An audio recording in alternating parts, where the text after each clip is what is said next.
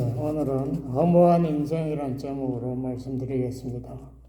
본문은 시편 90편 1절에 15절, 구약성경 868페이지 제가 봉독하겠습니다. 주여, 주는 대대에 우리의 거처가 되셨나이다. 산이 생기기 전 땅과 세계도 주께서 조성하시기 전 곧 영원부터 영원까지 주는 하나님이시니이다. 주께서 사람을 티끌로 돌아가게 하시고 말씀하시기를 너 인생들은 돌아가라 하셔서, 돌아간다는 것은 본래가 흙으로 티끌로 만들어졌으니까 본래 상태로 돌아가라는 말이겠죠. 주의 목전에는 천년이 지나간 어제 같으며 밤의 한 경점 같을 뿐이니이다. 주께서 저희를 홍수처럼 쓸어가시나이다. 저희는 잠깐 자는 자 같으며 아침에 돋는 풀 같으니이다. 풀은 아침에 꽃이 피어 자라다가 저녁에는 뱀바 되어 마르나이다. 우리는 주의 노에 소멸되며 주의 분내심에 놀라나이다. 하나님이 화를 내는 것은 하나님의 거룩한 성품에 위반된 우리의 죄 때문에 그렇습니다. 주께서 우리의 죄악을 주의 앞에 놓으시며 우리의 은밀한 죄를 주의 얼굴빛 가운데 두셨사오니 우리의 모든 날이 주의 분노 중에 지나가며 우리의 평생이 일시간에 다하였나이다. 우리의 연수가 70이요 강건한 80이라도 그 연수의 자랑은 수고와 슬픔뿐이요 신속기간이 우리가 날아가나이다. 누가 주의 노의 능력을 알며 누가 주를 두려워하여야 할 때로 주의 진노를 알리까? 우리에게 우리날 계수함을 가르치사 지혜의 마음을 얻게 하소서. 여호와여, 돌아오소서. 언제까지나이까? 주의 종들을 긍휼히 여기소서. 아침에 주의 인자로 우리를 만족해 하사 우리 평생에 즐겁고 기쁘게 하소서. 우리를 공곡해 하신 날수대로 우리의 화를 당한 연수대로 기쁘게 하소서. 16절도 적겠습니다. 주의 행사를 주의 종들에게 나타내시며 주의 영광을 저희 자손에게 나타내소서. 아멘. 이 인생은 왜 허무한가? 제가 그것부터 말씀드리겠습니다. 20세기 최고의 과학자 아인슈타인이 상대성 이론에서 이 세상, 이 우주는 4차원의 세계다라는 것을 처음으로 밝혔습니다. 그래서 우리가 공간은 앞뒤, 좌우, 전후, 이렇게 위, 아래 이렇게 해서 3차원의 세계에 있고, 이 공간이라는 것이 우리 눈에 보이지 않습니다. 그런데 공간에 무슨 물건을 두면은 저기 있는 저 사람은 여기 있는 사람보다 더 멀리 있구나. 이런 물건을 보고 우리가 공간을 짐작하는 거지 공간은 보이지 않아요.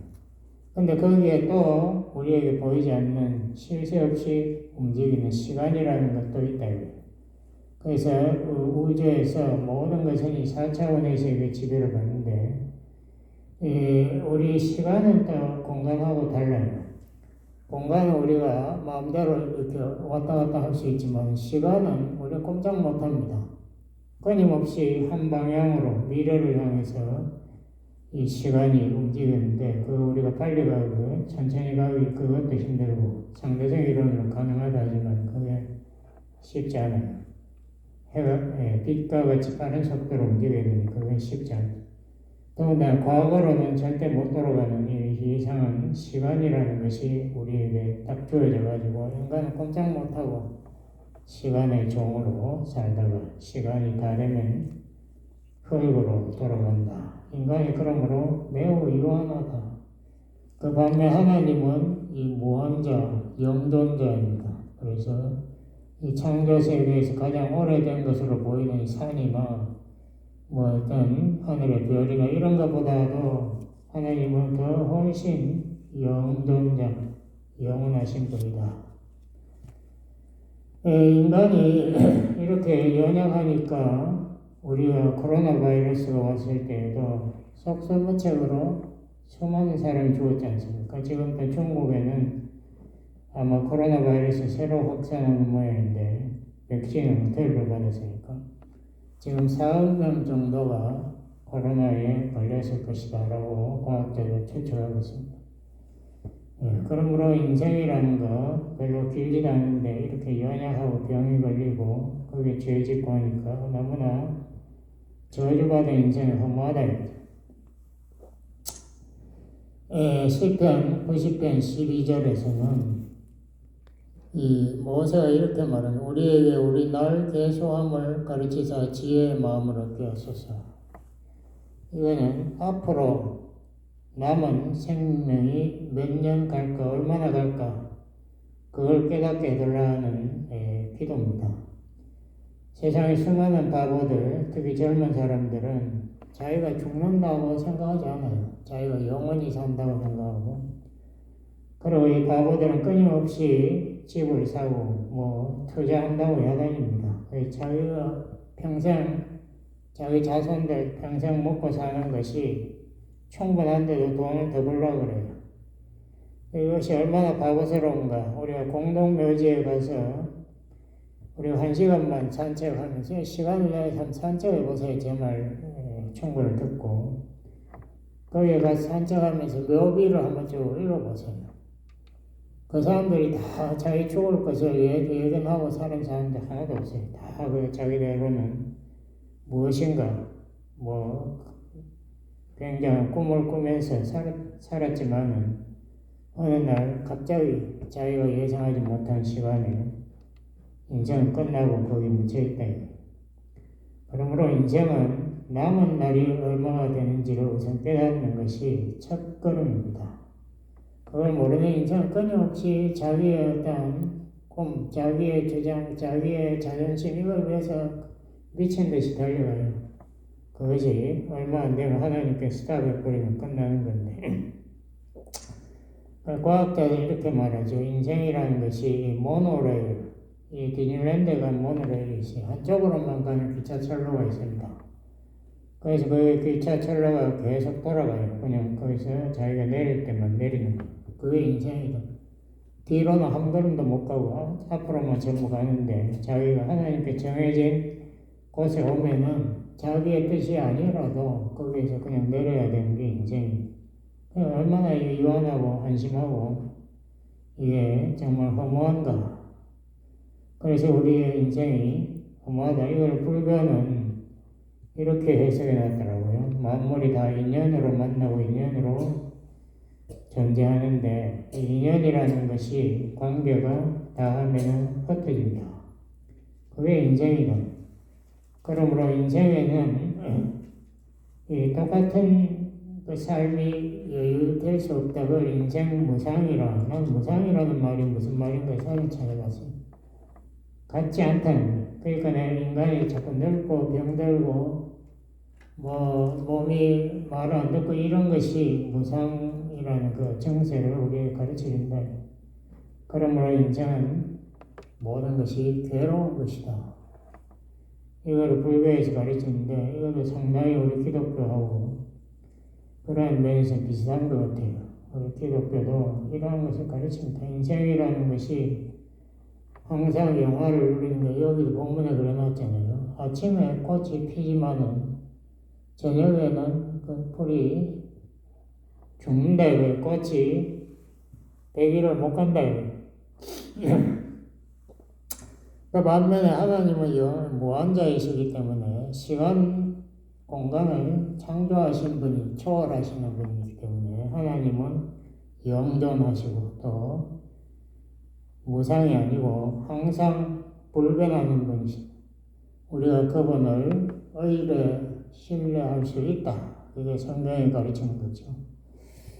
제 우주는 이제 끝나버려요. 이 빅뱅 이론에 의하면 우주는 결국은 모든 별도 다 이게 수소가 다 고갈되면 다 죽어버려요. 태양도 앞으로 죽어버려요. 이게 45억 년 지나면 태양도 수소 고갈된다. 그러면 이 우주가 번쩍거리는 게 다 끝나버리면은 우주가 아주 찬 영하 270도라는 엄청난 차가운 생명이 존재할 수 없는 것으로 변해버립니다. 이게 우주의 앞으로의 운명입니다. 시편 90편 1절에 보면은 하나님에 대해서 이렇게 불렀어요. 여기 우리가 보통 하나님이라고 하면 성경에는 엘로힘으로 창세기 1장에 엘로힘 전능자 그 복수로 해가지고 강력한 힘 우주를 창조하신 전능자를 부르는데 여기에는 그렇게 부르지 않아요. 하나님을 아도나이 주님 주권자로 부릅니다. 왜 그렇게 부르는가? 우리 연약한 인생을 창조하시고 결정하시고 주장하시는 분이다. 그걸 강조하기 위해서 그분이 우리의 거처가 되시는 분이기 때문에 그분을 우리가 믿고 하나님을 내 뜻대로 살기로 했네. 우리가 오늘 찬양도 했지만 정말 하나님 보시기에는 한심하게 보일 거예요. 우리가 정말 주님 뜻대로 사는가? 전부 자기 뜻대로 살려고 하지 않는가? 내 고집대로 끝까지 하나님 칠 때까지 자기 고집을 주장하며 사는 게 인생인 것 같아요. 이게 하나님이 아도나이라고 정말 그분의 뜻을 너희는 그의 나라와 그의 의를 그의 공의를 먼저 추구하라 하는 말씀에 너무나 다른 삶을 살고 있는 인생 정말 어떻게 보면 한심하게 짝이 없어요. 그분을 우리가 믿고 의지하고 그분이 우리의 거처 우리의 삶의 보호자가 되어야 된다. 이게 우리 광야 40년 그 이스라엘의 역사에서 나오지 않습니까? 그 끝까지 인생들은 자기의 주장을 마치 하나님의 뜻인 양 주장하고 하나님의 뜻을 대항합니다. 그러니까 결국은 하나님의 약속의 땅에 몇 사람만 여호수아 몇 명만 제쳐놓고는 아무도 못 들어가죠. 모세도 못 들어가죠. 여기 하나님의 영원성에 대해서 이렇게 이야기합니다. 이 하나님에게는 천년 인간 인생이라는 것이 가장 오래 사는 사람이 모두 살라 960만 년인가 그런데 천년도 못 살았지만 천년이라는 것도 밤에 한 경점 가까웠다. 경점이라 이스라엘 사람들은 밤을 12시간을 4시간씩 3등분을 합니다. 초경, 이경, 상경으로 놓고 4시간, 밤에 4시간도 안 된다, 천년이라는 게. 하나님, 그게 상대성 이론에서 증명했어요. 빨리 가면은 시간이 천천히 가는 것처럼 느껴진다. 똑같은 이야기입니다. 그러므로 인생은, 이 연약하게 짝이 없는 인생은 또한 이 도덕성에 있어서도 너무나 한심하게 짝이 없어요. 그 7절에 보면 제가 읽어보겠습니다.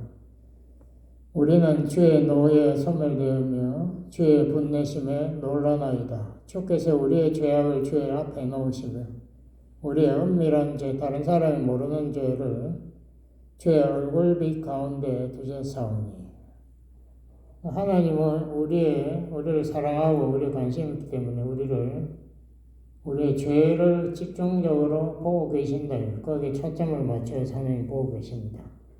내 죄를 내가 덮어버리면 하나님 모르시고 이것도 모를 거다 생각하는 큰 착각이죠. 우리 하나님 빛이시기 때문에 이 더러운 것이 그 앞에 다 드러난다. 그러므로 9절에 보니까 우리의 모든 날이 주의 분노 중에 지나가며 우리의 평생이 일시간에 다하였나이다. 이게 참 무서운 말 두 가지 있어요. 하나는 하나님께서 우리에게 분노하신다. 우리의 죄에 대해서 분노하시고 또 하나는 우리의 평생이 순식간에 다했다. 이거는 우리의 삶이 하나님 앞에 쓰레기다. 아무런 가치가 없으니까 하나님께서 버리시는 의미가 없는 마지막에 16절 이하에 나오는 삶과 너무나 차이가 됩니다. 이것이 우리 인생 죄를 자기가 고백하지 않고 죄를 회개하지 않는 인생의 마지막입니다. 그래서 오래 살아봐야 10절에 보니까 인생이 연수 오래 살았다고 자랑하지 말아요. 수고와 슬픔뿐이다. 하나님 저주 속에 사는데 뭐 그렇게 기뻐요. 다 어리석은 하나님께서 정말 사랑하시면 그 사람을 회개시키려면 그 사람에게 슬픔을 더 줘요. 그렇게 해서 자기가 잘못된 것을 정말 하나님 앞에 자부하고 어리석음을 하나님 앞에 회개해야 돼요. 근데 누가복음 12장에 보면 부자가 나오지 않습니까? 이 부자 농사짓는데 성공을 해가지고 인간적인 성공을 해가지고 너무 수확이 많으니까 창고가 부족해요. 그래서 창고를 허물어버리고 새로 창고를 짓고 이제 앞으로 나는 땅땅거리면서 영원히 살 수 있다고 주장하는 그 어리석은 부자. 하나님께서 그 회개할 기회도 안 주고 그날 밤에 데려가 버리겠다. 우리 하나님께서 이렇게 말씀하시는 것은 인간들도 알아요. 이 세상에 복권한 사람들 당첨될 확률이 0.0000 1%도 안 된다 이러지 않습니까? 근데 복권 살라고 사람들이 돈을 다 투자하고 그렇게 되게 가난한 사람들이 자기 생활비를 다 투자해요.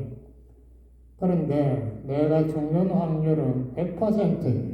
이 세상에서 안 죽고 뭐 어떻게 올라갔다 뭐 구약에 뭐 한두 명 나오지만 우리 예수님 빼놓고 뭐 사실 실질적으로 안 죽는 사람 뭐 모르겠어요. 뭐 있을런지 그렇지만 우리가 보는 세상에는 없어요. 우리 인간이 얼마나 약한가 하면은 그 양로원에 가가지고 노인들 보세요. 노인들 보면 거의 대부분이 폐렴으로 죽는데 영어로 뉴모니아. 이 폐가 약해지고 심장이 약해지면 폐 물을 뽑아내지를 못해. 그러면 폐에 물이 차니까 숨을 쉴 수가 없지. 그럼 순식간에 몇 분 만에 죽어버려요. 노인 쪽에 뭐 거의 40%가 폐혈병 종류. 숨을 못 쉬니까. 숨을 못 쉬고 5분 안에 사람 죽어버려요. 20세기 최고 철학가 하이데거가 그런 말을 했습니다. 인간의 이 실존이라는 거, 이 정말 살아있다는, 존재한다는 그 참모습, 실존의 참모습은 죽음 앞에서 인간이 죽음을 바라볼 때 피할 수 없는 그 죽음, 이거는 그 쥐 새끼가 독사 앞에서 꼼짝 못하는 그 모습하고 똑같은 거예요. 그 앞에서 마음의 앙스트, 그 두려운 그 불안감, 사로잡힌 이게 인간의 참모습이다. 철학을 하면 사람이 지혜로워지니까 그런 말을 했는 것 같아요. 이 남은 날을 계수할 수 있는 사람은 이러한 마음의 고통을 알고 있는 사람입니다. 그냥 뭐 먹고 살고 신나게 뭐 노래하고 신나게 장작공 하면서 하루하루 배부르게 지내는 그것이 인생이다라고 하는 것, 저주받은 인생이죠. 회개 안 하니까.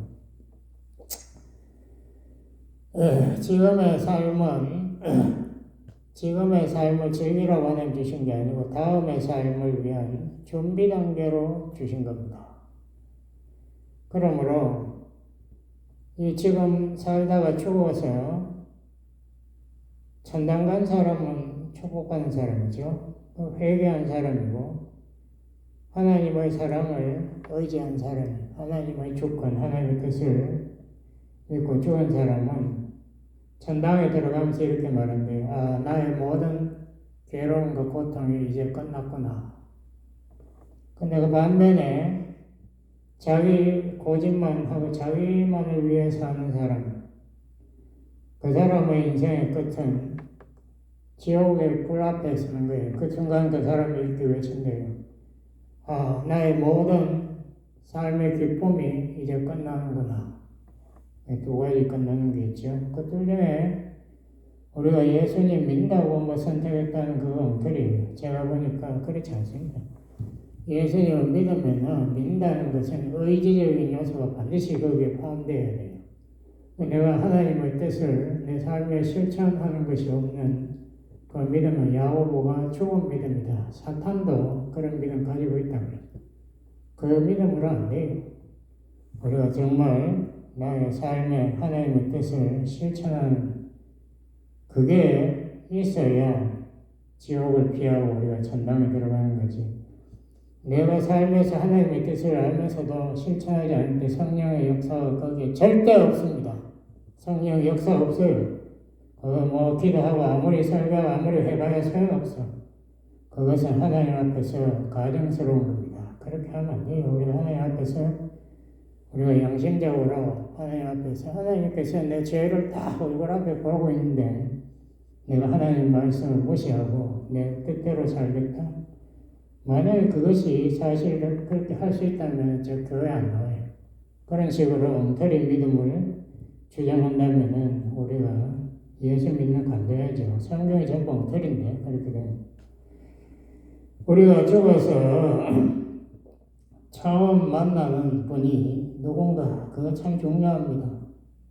예? 그분이 정말 예수님인가 아니면 그 마귀의 고통스러운 얼굴이 내 앞에 다가오는가 그의 손이 내가 마음에서 정말 그리고 있던 참 안식 샬롬 그 영원한 안식의 땅으로 나를 인도하는가 아니면은 내가 죽으려고 해도 죽을 수 없는 그 불꽃 지옥불로 나를 인도하는가 이것을 결단하는 것은 지금 내가 어떻게 하나님의 말씀 그의 나라 하나님의 왕 대신 하나님의 뜻을 나의 생명으로 복종하는가 그리고 나로 죄의 뜻을 내가 얼마나 진지하게 나의 삶에 실천하는가 이거에 따른 겁니다. 뭐 다른 거 뭐 고백했다 그런 거 소용없더라고요. 베드로가 예수님한테 당신 하나님의 아들이라고 뭐 고백하고 예수님 칭찬드렸지만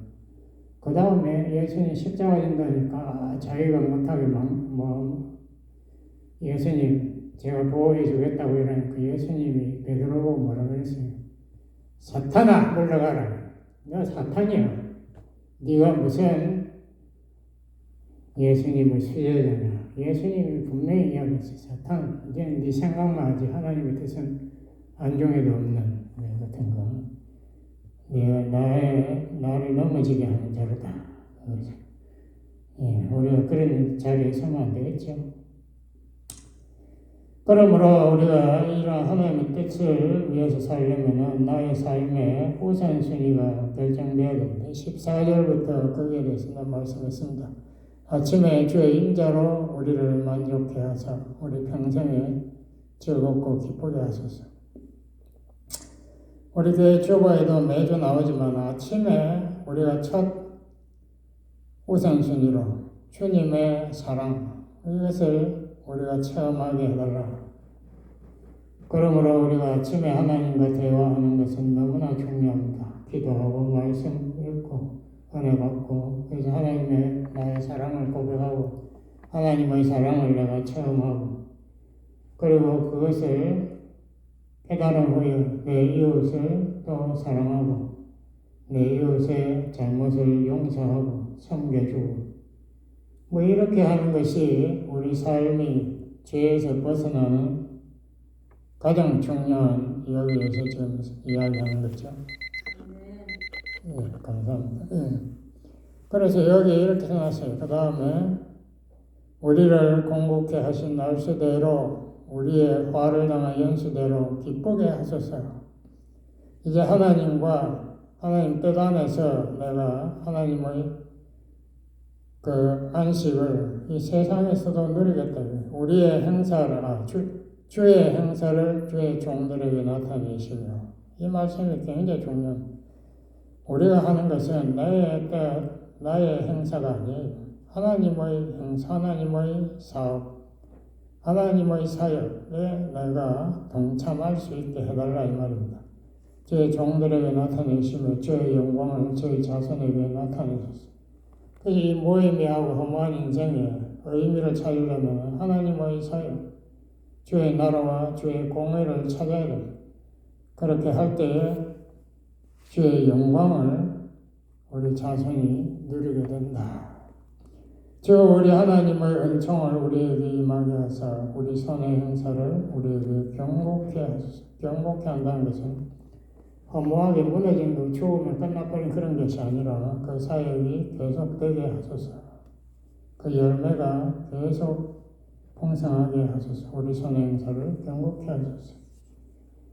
그러므로 매일 삶의 시작이 굉장히 중요한데요. 이 삶의 시작을 우리가 영원을 위한 투자, 특히 시간을 투자해야 되는데, 시편 보면은 1편 1절에 보면은 이 악인들과 대화로 시작한 사람의 모습이 거기 그려져 있고요. 2절 3절에 보면은 하나님의 말씀을 즐거워해서 그 말씀을 주야로 묵상하는 자, 대조가 되어 있습니다.